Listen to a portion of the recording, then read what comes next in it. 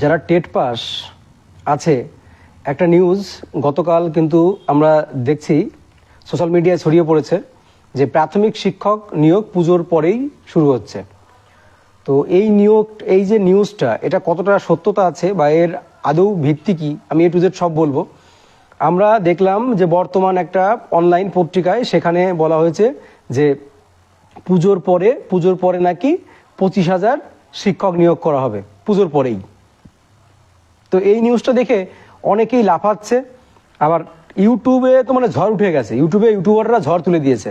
তো এখানে আদৌ এর সত্যতাটা কি, এর আদৌ কি করছে সরকার? মানে সরকার তো সত্যি কথা বলতে কি, যদি মানে কারোর সঙ্গে খেলা করে থাকে সেটা হলো এই শিক্ষকদের নিয়ে খেলা করছে। বর্তমান সরকার শিক্ষকদের সঙ্গে খেলা করছে, কারণ তাদের ঘরে বছরের পর বছর বসিয়ে রাখছে। আর এই এই বর্তমান নামে একটা পত্রিকা, এই পত্রিকাটায় একটা লাইন তুলেছে, জাস্ট শুধু বলেছে যে পুজোর পরে 25,000 মতো শূন্য পদ এরকম বেরোনোর ইঙ্গিত আছে।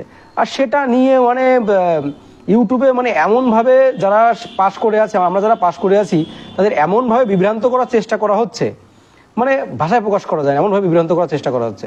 এগুলো সম্পূর্ণ ষড়যন্ত্রমূলকভাবে করছে কিন্তু, যে এই কারণেই যেন এই যে টেট পাস যারা শিক্ষার্থীরা আছে, অভিশিক্ষকরা আছে, এরা যেন আন্দোলন না করতে পারে, এরা যেন আন্দোলনটাকে দাবিয়ে দেওয়ার চেষ্টা।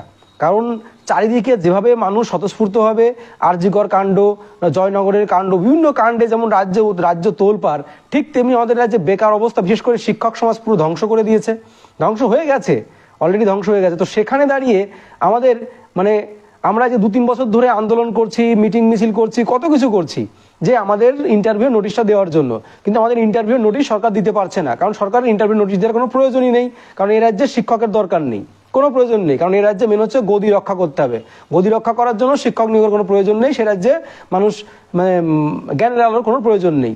তো সেইখানে দাঁড়িয়ে সঠিক সত্য এটাই যে এই যে 25,000 শূন্য পদ, এটা কিন্তু কোনো অথেন্টিকেশন, কোনো অফিসিয়াল নিউজ নয়, সম্পূর্ণ ফেক নিউজ। এটা যদি সত্যি হতো তাহলে এটুকু মনে রাখো তোমরা যে 100% আমাদের শিক্ষামন্ত্রী, আমাদের মুখ্যমন্ত্রী, আমাদের ব্রাত্য বসু, আমাদের হচ্ছে গৌতম বাবু, এরা তো সবার আগে সোশ্যাল মিডিয়া করে সবার সামনে আসতো, সোশ্যাল মিডিয়া করে সবার সামনে এসে বলতো যে আমরা তোমাদের জন্য 25,000 নতুন শূন্য পদ বের করেছি, আমরা তোমাদের একেবারে মাথায় তুলে নিয়েছি। তো এরকম কোনো অবশ্যই সেখানে কিন্তু সোশ্যাল মিডিয়া হতো, মিডিয়া কভারেজ হতো, সেই সব কিন্তু কিচ্ছু হয়নি। তো এইগুলো সম্পূর্ণ ফেক নিউজ।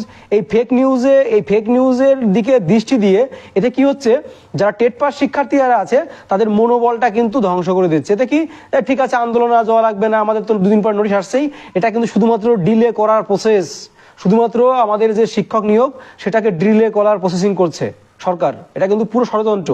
তাই যে সকল শিক্ষকরা আছে তাদের বলছি যে আন্দোলন কিন্তু আরো গভীর থেকে যতক্ষণ না পর্যন্ত নোটিশ আউট হচ্ছে ততক্ষণ পর্যন্ত এইসব ভুংভাং মিথ্যা তথ্যের উপর ভিত্তি করে কেউ কিন্তু ঘরে বসে থেকো না।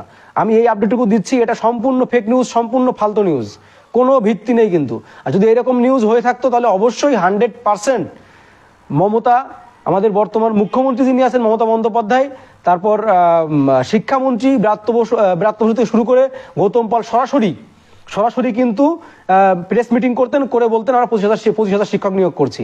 তো এই নিউজটা সম্পূর্ণই ফেক, সম্পূর্ণ বানোয়াট। এটা শুধুমাত্র যারা টেট পাস করে আছে তাদেরকে বিভ্রান্ত করার জন্য, তাদের আন্দোলনটাকে আরো দাবিয়ে দেওয়ার জন্য চেষ্টা করছে, তাছাড়া কিছুই না।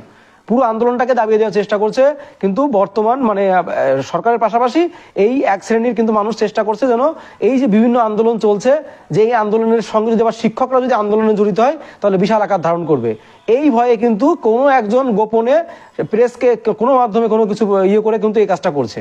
তা আমি বলছি যে সকল হবু শিক্ষকরা আছে তারা অবশ্যই আবার দ্রুত, যারা বিদেশ যা 22 স্টেট অ্যাসোসিয়েশন থেকে শুরু করে ঐক্যমঞ্চ যারা আছে তারা অবশ্যই খুব দ্রুত একটা বৃহত্তর আন্দোলনের দিন ঠিক করুক। সেই দিন আমাদের আন্দোলনটাকে চালিয়ে যেতে হবে যতক্ষণ না পর্যন্ত অফিসিয়াল নোটিশ দেবে, ততক্ষণ না পর্যন্ত আমাদের রিক্রুটমেন্ট কমপ্লিট হবে। আমরা যতদিন না পর্যন্ত স্কুলে যেতে না পারছি ততদিন পর্যন্ত আন্দোলন চলবে। আর এটা করার একটাই অর্থ, যেন মানুষ মানে আমাদের যেসব শিক্ষকরা আছে তারা যেন দমে যায়, এটা কিন্তু সেই পরিকল্পনা চলছে কিন্তু। আর যারা এই ভিডিওগুলো করছে তারা সম্পূর্ণ ষড়যন্ত্রমূলকভাবে করছে। আর কিছু দুই পয়সা ইউটিউবাররা কি করছে, এই শুধুমাত্র 5-10টা ভিউ নেওয়ার জন্য ভুলভাল তথ্য ছড়াচ্ছে, এই শিক্ষকদের নিয়ে খেলা করছে। রাজ্য সরকার যখন খেলা করছে ঠিক তেমনি শিক্ষক নিয়ে কিন্তু কিছু ইউটিউবাররা দেখছি ভুলভাল কিন্তু ফেক নিউজ ছড়াচ্ছে। মানে এটা কিন্তু সহ্য করা যায় না, ঠিক আছে? এটা মানে ওয়ার্নিং, এটা কিন্তু ওয়ার্নিং আমাদের শিক্ষক গ্রুপের তরফ থেকে কিন্তু ওয়ার্নিং দেওয়া হচ্ছে লাস্ট টাইম।